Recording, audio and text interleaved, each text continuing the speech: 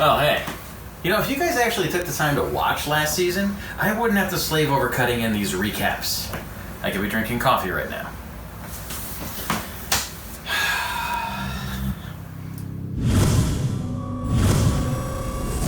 Last time on Graveyard Carz, the Ghouls got an assist from Ron Jenkins at Magnum Force, building out and installing the 392 Crate Hemi in Chris Jacobs' 1968 GTX. And they prepped out the brand new Crate Hellcat to be installed in our Superbird tribute car. Now, with only days before shipping these monsters of Mopar to SEMA, the crew needs to shift into high gear.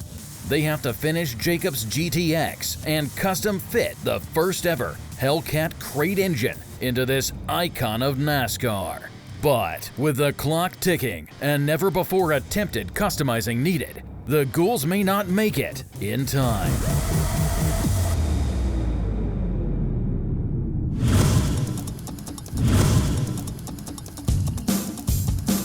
As always, we've got a million things going at Graveyard Carz. We've got 100 cars out in the lot. We're a busy shop. We do have 2 cars that need to make it to SEMA. That's a little dramatic. Chris Jacobs' car, so we've got the drivetrain installed in it. Now there's a lot of plumbing. There's O2 sensors, the drive shaft, the fuel system, the electrical, the Mopar controller unit. There's still a lot of things that have to be done. Now it doesn't mean if they're not done we can't get to SEMA. We'll get to SEMA. But it'd be nice if the cars could move around and run and drive rather than just be pretty candy on the showroom floor. Equally, our Superbird. We still have to install the drivetrain and do all the things I just mentioned on the GTX, except ×2 because it's a supercharged Hellcat engine. We have lots to do. Those are our top priorities, to be able to have these cars not only show up to the show, but be functional at the show in case somebody wants to do an article on them. Or, more importantly, Monday night I have what they call a red carpet event. This is where I'm supposed to drive the Superbird Hellcat up a ramp 6 feet in the air, flatten out. Then there's an MC. He's going to talk about the car and I'm going to wave to everybody. It's one of those red carpet moments. It would be really nice to have, let's say, the car run and drive up the ramp, for one, and then be able to stop so I don't roll down the other side and kill somebody. So it really does need to be 2 cars that are functional, and so our back's up against a wall right this second. So right now the Ghouls are going to start working on doing the plumbing, some of the plumbing on Chris Jacobs' car, all right? And our newly adopted Ghoul, Mr. Joe Dirte, with the hair down to here. You know he thinks he's Joe Dirt, right? I mean, I've told you that before. He runs around, he tries to change his last name, put an E on the end, church it up. Dirt. Not Joe Dirt 2, that sucked. Joe Dirt, the original. So with Chris's car, he's got a deal worked out with MagnaFlow. They're going to actually put a complete system once he gets the car done and back and SEMA is over with. For right now, we just made some cuts in his original exhaust, reflanged them, welded some couplers on so they'd marry to the TTI headers, kind of just to get it by. I'm sure it'll sound great because the car probably sounded great before, but eventually I think he's going to change that out to a MagnaFlow system. The really cool thing about these headers are they bolt right, for one, bolt right to the 392 Hemi. They're designed to fit our Mopar, our B-body, and they also have the ports already pre-welded in them for the O2 sensors, for the upstream O2 sensors. Some applications need an upstream and a downstream. In the case of our 392 with the simplified wiring harness, we only need the 2 upstream O2 sensors, so this just kills 2 birds with 1 stone. Put the headers on there, really cool, they sound nice, and they already have the O2 ports in them. Yeah, Mark's used to doing a lot of restoration stuff, as everyone knows. He is the resto go-to guy.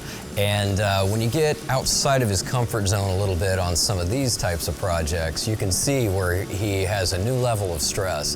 I think it's on those particular days he might kind of want to get out of here a little early. Hey, look, I don't mind stepping back a bit when it comes to this custom stuff. It's fun, and it's got a lot of eyeball to it. But my brain just operates on a completely different set of gears, metaphorically speaking, than aftermarket add-on stuff that you can order out of a book. So I'm gonna move back, let Ron take over, because this is his cup of tea. Oh, Joe Dirt, he just loves this aftermarket stuff, can't get enough of it. If he could have a Mopar without one OEM part on it, he would be thrilled to death. Butcher. So this particular controller can use the O2 sensors, and it does use the O2 sensors. These are, I believe, called the upstream ones. And so there are leads that go into it just like it would at the factory. It's just that TTI on their headers built an actual port real close to the same geometric location that the factory would have. So that's another bit of wiring. But because they're headers and not the manifolds, we have to extend both of those leads down to it, and with the same gauge of wire, not to change the millivolts or whatever fancy schmancy talk they like to use. Make sure everything works and talks to the computer like it's supposed to. So right now, we're out of the woods on the 68 GTX, Jacob's car, other than maybe just checking some fluid levels and things like that. That thing's done. That means the whole team, all the ghouls and Dirte, are gonna move over to the Superbird and start working on installing the engine, the transmission in that. Today I'm cutting the shaft on the steering column to shorten it up because we're putting the Hellcat engine inside the Superbird. And hopefully everything goes right. I'm gonna start welding it up in a minute. So last year we learned one of the first things we have to do besides changing the upper control arm mounting stop points for the bumpers is also to modify the steering column. The rack and pinion is located, especially the pinion point of the rack, is located at a different place entirely than the original integral steering gear. It also has a different kind of a coupler. They call it a double D coupler. So what we end up having to do is we end up shortening that shaft on the 3/4 inch side of the shaft because it does taper up bigger. But down on that 3/4 inch side, we have to make it shorter, and we have to put the provision on it so that it'll slide through the header, because it weaves through the header and onto that rack and pinion that Ron got us from Magnum Force.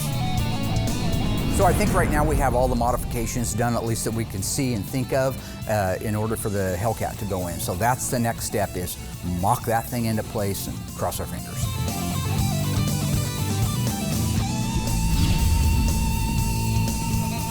We're gonna lower the car down just like Chrysler did. Hope that it clears the aprons and the frame rails and all that stuff with the headers on there. But otherwise, the basic process is exactly the same. Okay, we're looking good on the right-hand side.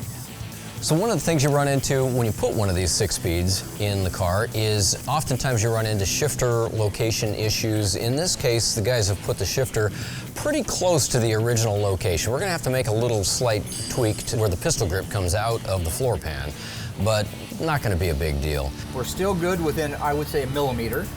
Okay. At the very most. Still good here. Make it 1.2 millimeters. Driver's side looks good. See where I'm at on this. Very good.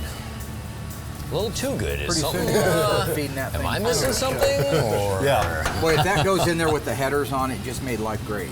So things are going together real well. All of the bolt alignment holes for the K-member and the transmission cross member are going together, so that's exciting. I try not to get too excited until it's actually in there and the car is moving around, but at this point, it's feeling like a good green light go. As long as Murphy doesn't stick his fat little head in here and cause a problem, we're gonna be out of the woods on it. The only problem is when everything's working out, you know something's gonna go wrong. It's just too good to be true. So I got that feeling in the back of my head. It's Murphy's Law never fails. When things are going great, you're just waiting for something to go wrong. Not even close. Coming up, the ghouls hustle to hook up the Hellcat crate Hemi. Well, we did have plenty of room. We hit something. Things heat up for Mark when Ron springs an unexpected surprise. I got fire, baby! Finally, Mark and Dave test fire the Hellcat. You know, pray to God that the thing lights up, so. But will this one-of-a-kind bird take flight?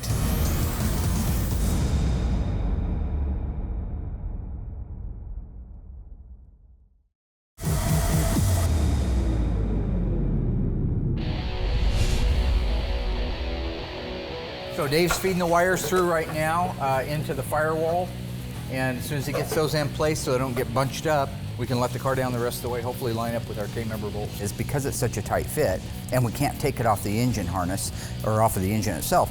We have to lower the car down, just like we'd normally do it, and feed those wires through the very small openings that they have in the firewall that Dave's made for them. So it's a drop it down, feed it through, drop it down, feed it through, drop it down, feed it through. That's with everything. Speedometer cable, anything that has to have a connection to the transmission or the engine at the same time it goes in has to carefully be fed in there.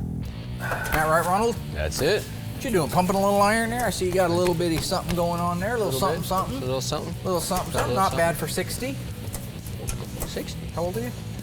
53. 53? Yeah. You got any intention of growing up, or you pretty much? Not gonna happen. I'll just keep Gonna coming hang keep out. you young, isn't if I it? feel like I might be getting a little bit too grown up, I'm gonna come hang out with you. Yeah, that's right. The king of immature, right here. So when I looked at the K-member over in the other room, it wasn't next to our Superbird, which is FJ5. Limelight. Ron had it powder-coated FJ6 Sassy Grass Green. It looked like Limelight to me. That's the problem. I'm colorblind, okay? Is that what you want to hear? Colors are like kryptonite to me, okay? I can't see them very well. Until I put them together, then I can see them. So what we ended up doing was putting a silver one in. Thank God, he brought a silver one that he had powder coated. I could have painted the green one the correct color, but it's our time frame, right? We just a couple of days to get the car done. It doesn't need to spend half a day down there getting painted and baked. So that was my decision, and ultimately I think the silver will look great. Okay, we're looking good here. The whole unit here would need to go back about 3 inches, so we should do that. This is exactly what we run into a lot of times over the years, where you have, what's the saying, too many chefs in the kitchen or whatever, right? Oh, hold up? Yeah, why don't you hold up? I'm about 3 inches away from that. Let Dave check his wire harness going through the firewall. Everybody knows what the other person's thinking, and they say it. Do you think we have any chance of going straight back? We can go straight back. Straight back. Plenty of room. Well, we did have plenty of room. We hit something. But maybe if the other person is off one, so this guy's saying, well, go back a 1/4 inch. And the other guy said, well, he must want to go forward a 1/4 inch. Pull it back towards you, Doug. Hang on a second. We're good. Man, we are so good right now. It's got to be that harness. And so they're all kind of fighting each other. Instead of one person kind of orchestrating, making sure it goes one way. Yeah, no, it's hitting on that wire, so we're gonna have to get that plug in that box. Everybody's throwing their 2 cents in. It always makes things a lot more difficult. Right in there, which we can work. Once we get it into that pocket, right? Did we go too far? Oh, that's just, gravy. Giddy up. Gravy train. Should I start doing the upper control arms? Buddy? Yeah. Start putting that mother humper together. Beautiful. It's just a constant balancing act with this. Everything's so tight in there that they're having a hard time. They've literally got to run the speedometer cable through the opening into the body as they lower it down onto it. It's that tight. So that's what they're doing right now. Ron, of course, has gone berserk and is putting the upper control arms in. Ron and I formed a friendship a few years ago. I can call him up out of the blue, say, listen, I've done it again, I've overpromised, probably gonna underdeliver. And he just rises to the occasion. And working with him, he's one of those guys that does listen to feedback. He's an intelligent guy. He thinks things out, and I like that. He's a methodical mechanic, kind of like I am. I'll picture, what's this move going to cost if we do it? Will it cost this move down here? And so working with him is usually efficient, or proficient even in most cases. But mostly, he's got a good heart and he's fun to work with. So yeah, I totally trust him to work on anything we've got around here. He can't wait to go home. Been here for a few days. That is true. That is I true. understand. I understand. Been a week and a half or so. Yeah, you're ready to go home. Huh? Ready to go home. So now that we've got the main structure of the drivetrain installed, the transmission crossmember, everything's fast in the car. That allows us to raise the car up and do all the plumbing. There's a lot of things that have to be connected underneath it, fuel lines and exhausts, etc. Once that's done, we'll lower the car back down, do the little bit of plumbing that's left in there, and maybe it'll be fire up time. That's what we're hoping for.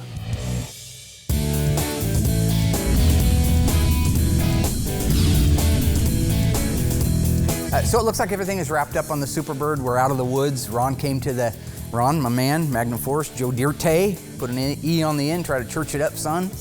I'm gonna escort you out of here because I got stuff to do.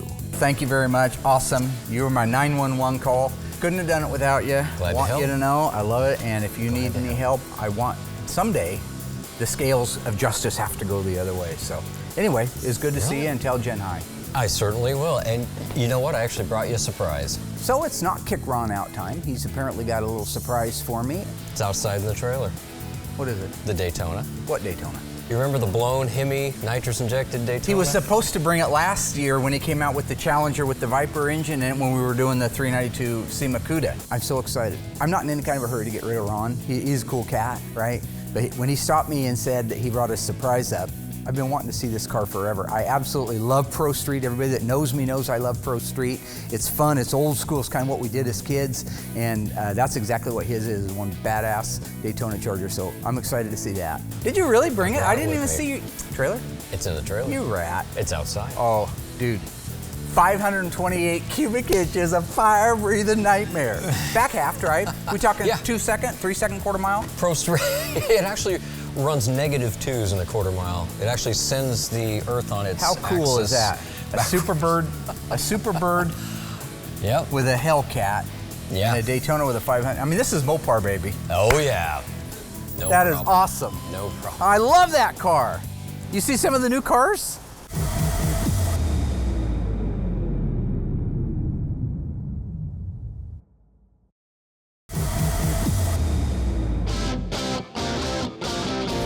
We got 3 rows now. I saw that, yeah. You know, from what Ron's told me, I've seen pictures of it. He was going to bring it up last time when he came, and he just couldn't. He brought up his Challenger instead. Brought up this real cool Viper-powered Challenger, one of the first guys to do it. So we had fun with that. We went out on a ride and had a ball with that car. That's a fast car. So when Mark first saw the car, he had a lot of compliments for it. It was great. Clearly he likes the car. So when we finally took off to take it for a spin, you don't know what he's going to think. And he very much enjoyed the way the car drove and handled and stopped and all that sort of thing. But that thing's just begging to get dropped. The engine wants to run. Actually, Mark makes a good passenger. He didn't say anything. There was no screaming, almost no screaming. Ron's got a screw loose. Whatever tells his hand and his foot to react the way they do in a car, something's wrong with it. Oh, I love it. Thank you. That's awesome. Okay, hang on here. You know me, I like to present things. Show me the money! What the is that? The look on your face is priceless. What'd you do? Let's just say it involved fire. How's that? I have no idea whoever came up with Turnabout's fair play, but this is a great example of paybacks or karma. Do you remember Wendell's 71 Cuda? Hardtop, 1 of 48, 426 Hemi. I kind of snowballed everybody into thinking it was a Survivor, which technically it is a Survivor. He got me the same way.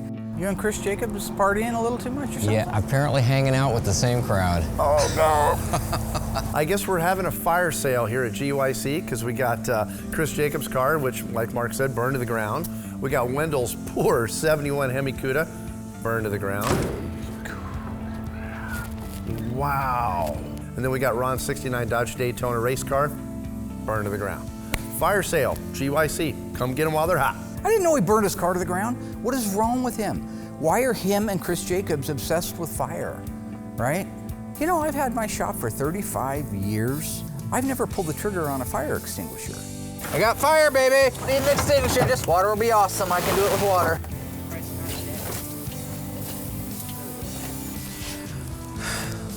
Okay, I give. How'd you burn it to the ground? The Daytona had not been running for about 2 years, and we were just putting it all back together and buttoning up all the little loose ends. And as you can see in the surveillance footage, the Daytona's wing is sticking outside the door. What happens is a little puddle develops into a giant puddle that just runs out the building. Right about then, inside the shop, one of my guys and another business owner in our building tries to light the Daytona up. He lit it up all right.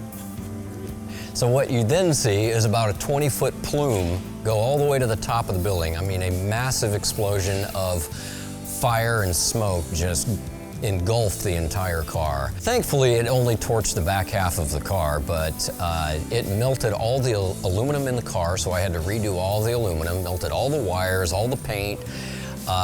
It didn't blow the 2 nitrous bottles, amazingly.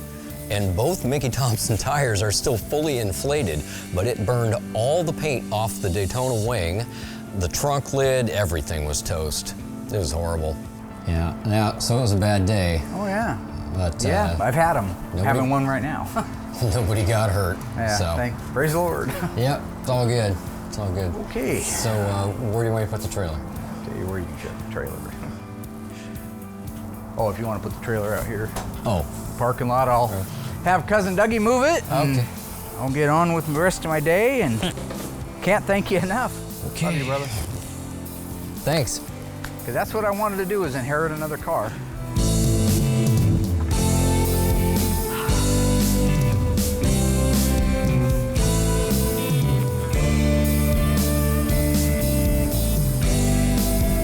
Cousin Dougie!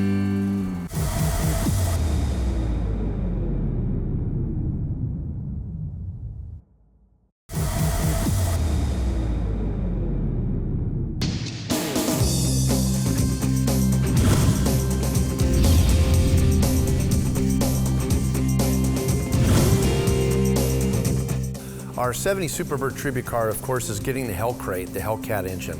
The really unique thing about this Hellcat engine is a supercharger in it. I'm gonna put this bracket in here. Now this bracket I made, so I did a cardboard template to make this bracket. It's actually for the supercharger coolant bottle.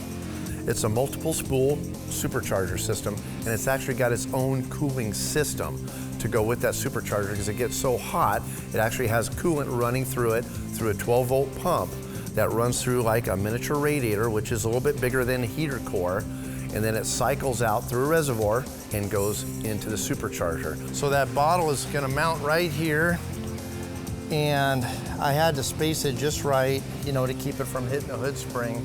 And you can see it's kind of unique. I had to do some bends to it because this one's a little higher, that one's a little bit lower, then this one's gonna sit flat on my apron. I'm using one of my bolt holes from the factory heater hose mount, which is really cool. So I'm gonna grab a couple screws here real quick. I, as always use factory Mopar bolts. So I'm using all original bolts that we would normally use on a car, you know, this year. So I'm gonna go ahead and get my bracket in there, bolt the bottle down to my bracket. So there's that, and then this here is gonna mount right there like so. And so I'm gonna go ahead and use my anchor bolts. We try to keep things as OE correct as we can. And the cool thing about our 70 Superbird tribute car is we want to make it look like a real Superbird. Now these anchor bolts are 1970 style bolts that we would use normally on our ballast resistor. And you can see there's a little anchor on there. So that's what we normally use on the firewall for ballast resistor, voltage regulator, stuff like that. So I'm staying true to the 1970 Mopar. I'm going to use these to actually mount my bracket down. So as I had said, we will be at SEMA with both cars. I have little to no doubt Jacobs will be running and driving under its own power. But we haven't even started the Superbird yet. Hasn't even ran. That means there's a multitude of things that could go wrong, like for example, not running. All right, so we'll be there with it, but we're almost out of time. There's no time left. I mean, literally, if we're gonna make the car run and drive before we load it in the reliable truck, we've gotta be doing that now.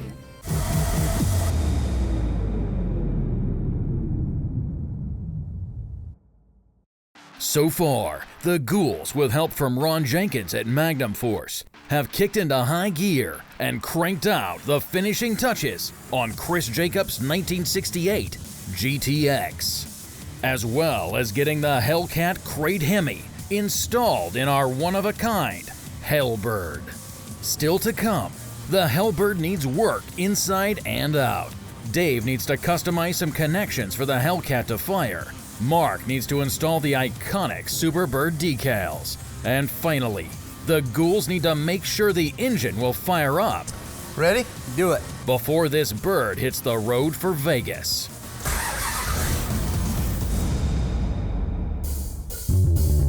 Well, I got my bracket on my reservoir for my supercharger cooling system. So I got that mounted. I actually found, because this car actually had a battery in it at one time, so we had a 446 barrel in here with an A8 33 4-speed that we swapped out for this amazing Hellcat. So I actually had a battery tray in here, battery brackets and everything else. So what I did was I actually put one of the battery brackets that was already painted a limelight on there to stiffen up our hoses. So you can kind of see, I mean, it's not super rigid. There's a little bit of play in there, but it should work out just fine. So now I'm to the point into where everything's plumbed all the way around, and I'm getting ready to put in my actual heater core, miniature radiator, whatever you want to call it, for this supercharger system. The really unique thing about this Hellcat engine is a supercharger in it, and it's actually got its own cooling system. I had to kind of look at some old pictures that I found of actual Hellcat engines in, you know, Hellcat Challengers and figure out how to plumb it out. I like to keep everything looking as OE as possible. So if you were looking at a 1970 Superbird back in 1970 with a Hellcat engine with a supercharger and a cooling system on it, that's the way it would have looked.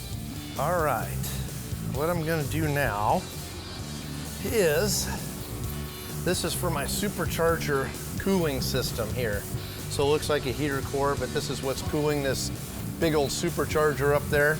That thing's got, I think, 5 or 6 rotors in it, so it gets hot, so it's got its own cooling system. So that's been one of the more difficult things to mock into place on this. And what I'm utilizing is all the factory brackets. They gave me the factory brackets with a lot of this. So I actually cut this one in half. The pump, it has a 12-volt pump that actually runs this whole system. So it's not actually connected to the engine. It's a 12-volt pump that cycles the coolant through the supercharger. Has a 15-pound radiator cap, so it's a pressurized system, just like your coolant system would normally be. What I ended up doing was I mounted the 12-volt pump up here behind this headlight area here in the 70 Dodge Cornet fender. And I got my hose, cut a hole here, got my hose coming through here. So what it's gonna do is it's gonna go into this, it's gonna come out of the cooler, go here, then cycle back in up here. You can kind of see where these hard lines are.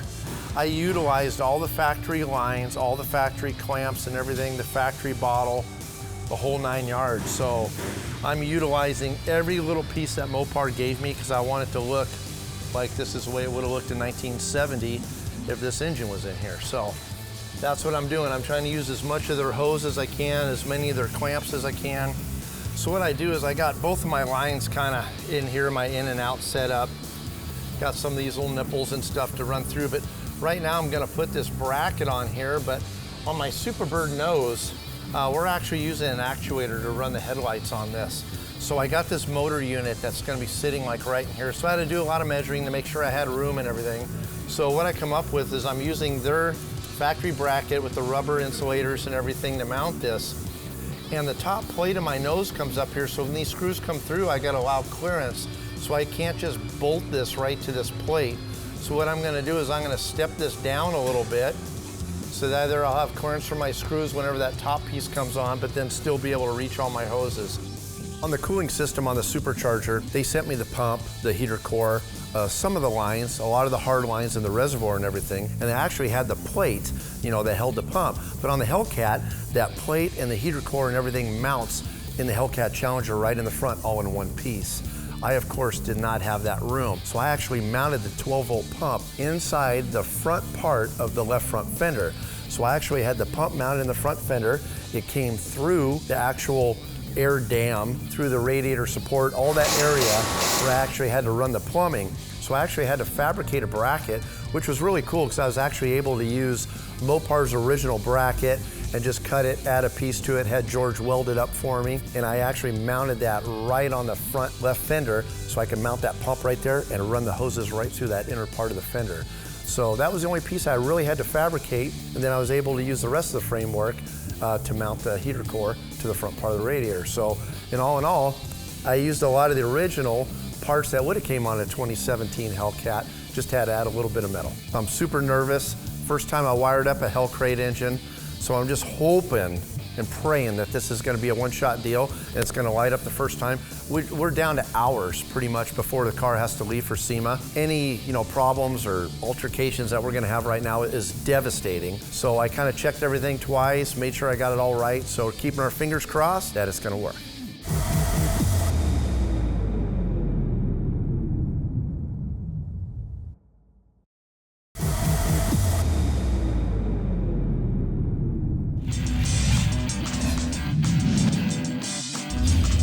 Seems that our Superbird is ready for the cherry on the top of the cake. Yeah.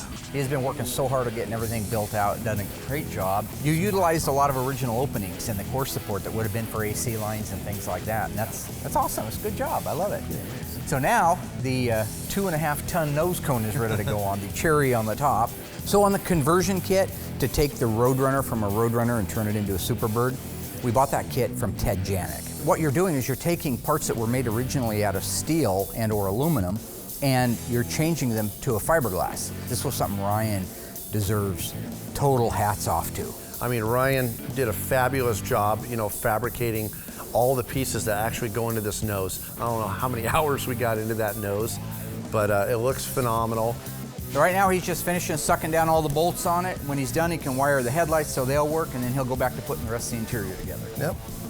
Nice.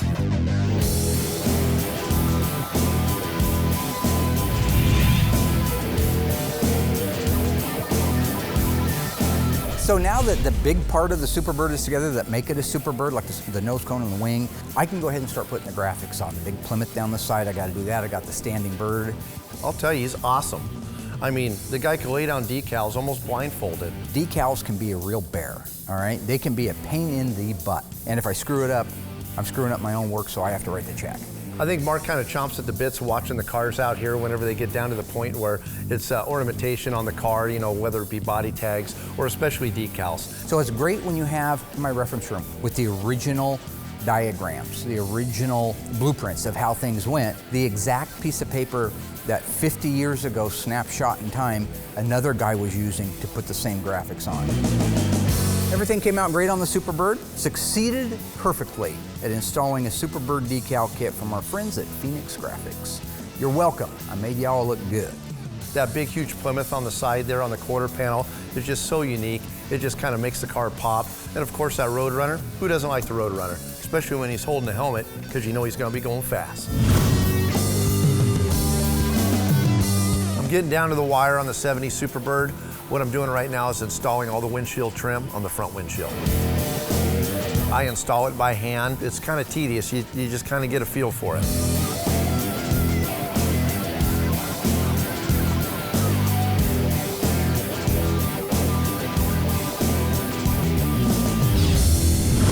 Now that I got all the window trim installed in our 70 Superbird, I can get it up in the air and get that unique, accurate exhaust system. Our exhaust system doesn't quite fit like we wanted to with these TTI headers, so I'm actually going to get George over from the metal shop, have him cut up this exhaust just a little bit, do a little bit of modifying, a little bit of welding, and we'll have it fit perfect.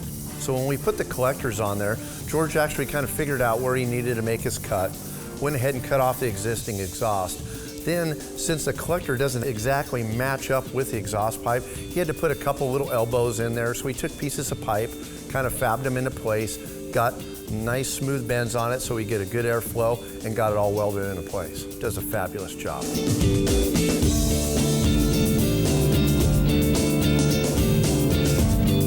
So this is the moment of truth. I'm ready. Been hard at it, lots of pieces and parts in place. There's a multitude of things under there that can go bad. The engine's in, the drivetrain's in, everything's connected. We have the battery ready to connect. We literally are at the point now where we can start this car, or at least try to start this car.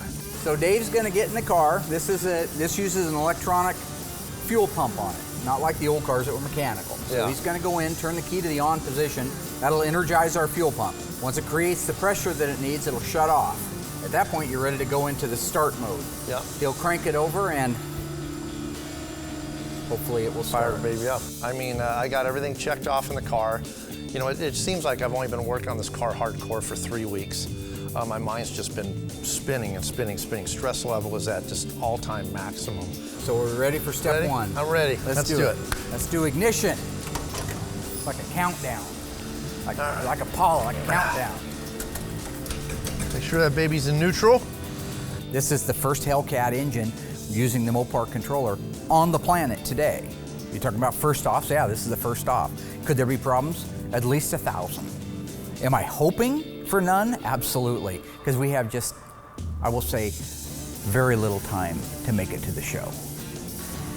You got the key on? Yeah, keys on. Keys on. Fuel pump is powered up. You're in neutral. Yep. I got no foot on anything. I'm just gonna crank it. This thing is 707 horsepower, fuel injected. I mean, all computer controlled with, you know, rack and pinion steering, coilover shocks. I mean, this is just the ultimate muscle car. Ready? Do it. You know, pray to God that the thing lights up, so.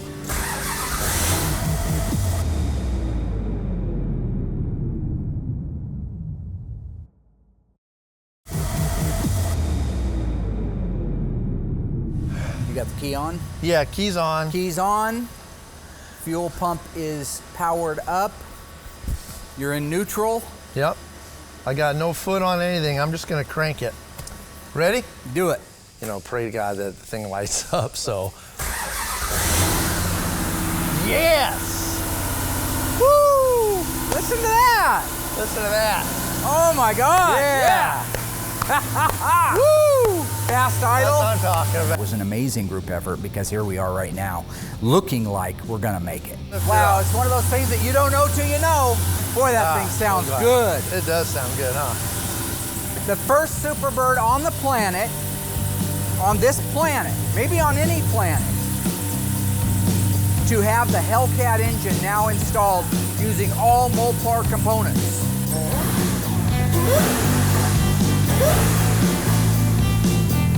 There it is. Woo!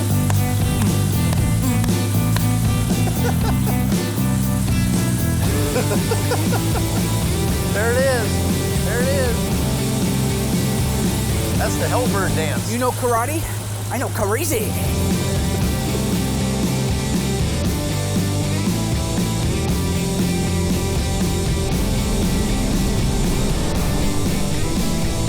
A lot of pressure this time of year for us, Graveyard Cars. Got a lot of people that are counting on us to get the cars done on time, counting on us to show up down there. Not just put the cars together, but put them together correctly. Something we can be proud of. So sometimes when all the smoke clears and everybody's done chanting your name, it's just you and the car you built. This is what it means down to the wire at SEMA. We got a loose low radiator hose clamp, and so we're tightening it like 2 seconds before the car loads on the truck. So that looks good, man. Cool car. Chris is gonna be happy. From a Mopar man to another Mopar man. Congratulations, buddy.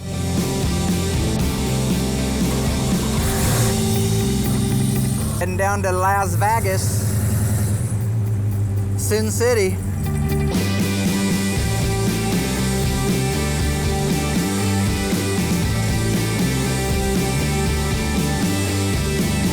See everybody down at SEMA, 2017, kicking it old school. Come by, check it out. I've lost 26 pounds since April, by the way. You probably hadn't noticed because the camera adds weight. But and I haven't even been sick. So Please try to get in. diet and exercise, my friends. Diet and exercise. Did you lock it? Come on, man.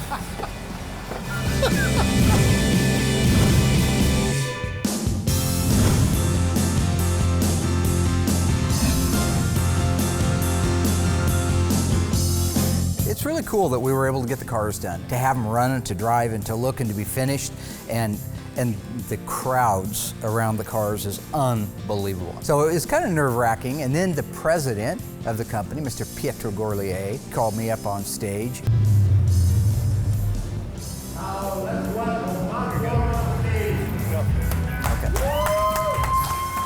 And had me talk about the Superbird and the controller and how it went and what we think.